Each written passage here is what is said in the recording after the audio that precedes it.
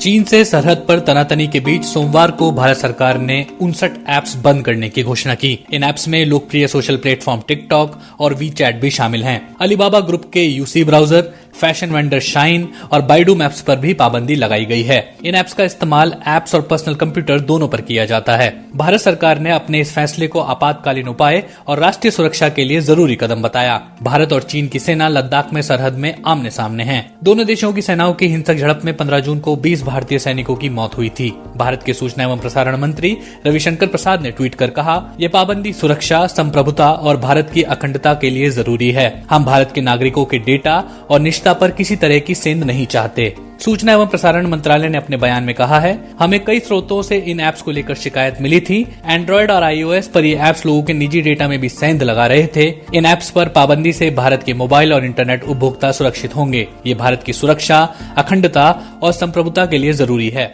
भारत सरकार ने अपने बयान में चीन या चीनी कंपनी का नाम नहीं लिया है। इस बात का जिक्र भी नहीं किया है कि ये पाबंदी कैसे लागू होगी। भारत सरकार के इस फैसले पर अब टिकटॉक की प्रतिक्रिया आई है। टिकटॉक के प्रवक्ता ने कहा, भारत सरकार ने 59 ऐप्स पर पाबंदी को लेकर अंतरिम आदेश दिया है। बाइट डांस टीम के 2000 लोग भारत में सरकार के नियमों के हिसाब से काम कर रहे हैं। हमें गर्व है कि भारत में हमारे लाखों यूजर्स हैं। टिकटॉक ने अपने बयान में ये भी कहा कि हम लोग भारत सरकार के आदेश को मानने की प्रक्रिया शुरू कर रहे हैं। हम लोग सरकार के सामने अपनी बात रखने की कोशिश भी कर रहे हैं। टिकटॉक डेटा की निष्ठा और भारतीय कानून के हिसाब से सुरक्षा जरूरतों का पालन करता है। हम भारतीयों का डेटा किसी भी विदेशी सरकार के साथ साझा नहीं करते, यहाँ तक कि चीन की सरकार को भी नहीं देते। हम यूजर्स की निष्ठा का मजबूती से सम्मान करते हैं। टिकटॉक इंडिया के प्रमुख निखिल गांधी का कहना है कि टिकटॉक ने इंटरनेट का लोकतांत्रिकरण किया है।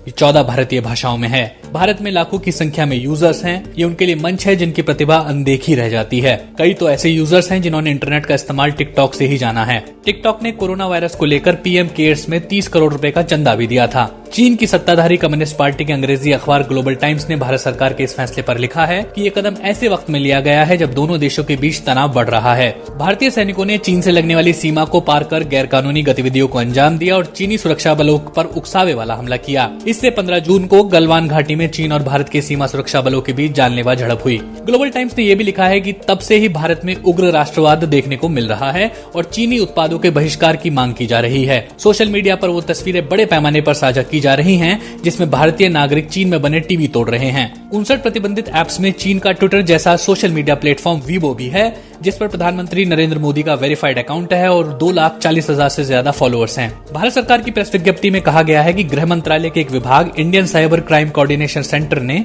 दुर्भावनापूर्ण ऐप्स पर प्रतिबंध लगाने की सिफारिश की थी। कई भारतीय कंपनियां इसे भारत सरकार का स्वागत योग्य कदम बता रही हैं। टिकटॉक से प्रतिस्पर्धा में रहने वाले वीडियो चैट ऐप रोपोसो की मालिकाना कंपनी इनमोबी ने कहा कि यह कदम उसके प्लेटफॉर्म के लिए बाजार खोल देगा। वहीं भारतीय सोशल नेटवर्क शेयरचैट ने भी सरकार के इस कदम का स्वागत किया है। टिकटॉक के प्रतिद्वंदी बोलो इंडिया ने कहा है कि उसके बड़े प्रतिद्वंदी पर प्रतिबंध लगाने से उसे फायदा मिलेगा। एक बयान में को फाउंडर और सीईओ वरुण सक्सेना ने कहा कि हम इस फैसले का स्वागत करते हैं क्योंकि हम सरकार की चिंताओं को समझते हैं। ये बोलो इंडिया और दूसरे भारतीय ऐप्स के लिए एक अवसर भी है कि वो भारतीय संस्कृति और डेटा सुरक्षा को पहली प्राथमिकता पर रखते हुए बेहतरीन सेवाएं दे। विश्लेषकों का कहना है कि ये कदम चीनी ऐप्स पर असर डालेगा। भारत में चीनी निवेश पर नजर रखने वाले लिंक लीगल के सहयोगी संतोष पाई ने इकोनॉमिक टाइम्स से कहा, सामरिक दृष्टि से देखें तो इससे आर्थिक दबाव बढ़ेगा क्योंकि ये ऐप्स भारतीय बाजारों पर बहुत ज्यादा निर्भर थे। कानूनी दृष्टिकोण से देखें तो भी ये एक मजबूत कदम है क्योंकि राष्ट्रीय सुरक्षा के आधार वाले मसलों को अदालत में चुनौती देना मुश्किल होता है। वो ये भी कहते हैं कि क्या भारतीय ऐप्स इस जरूरत को पूरा कर पाते हैं या अमेरिकी ऐप मार्केट शेयर पर कब्जा कर लेंगे, ये भी देखना दिलचस्प होगा।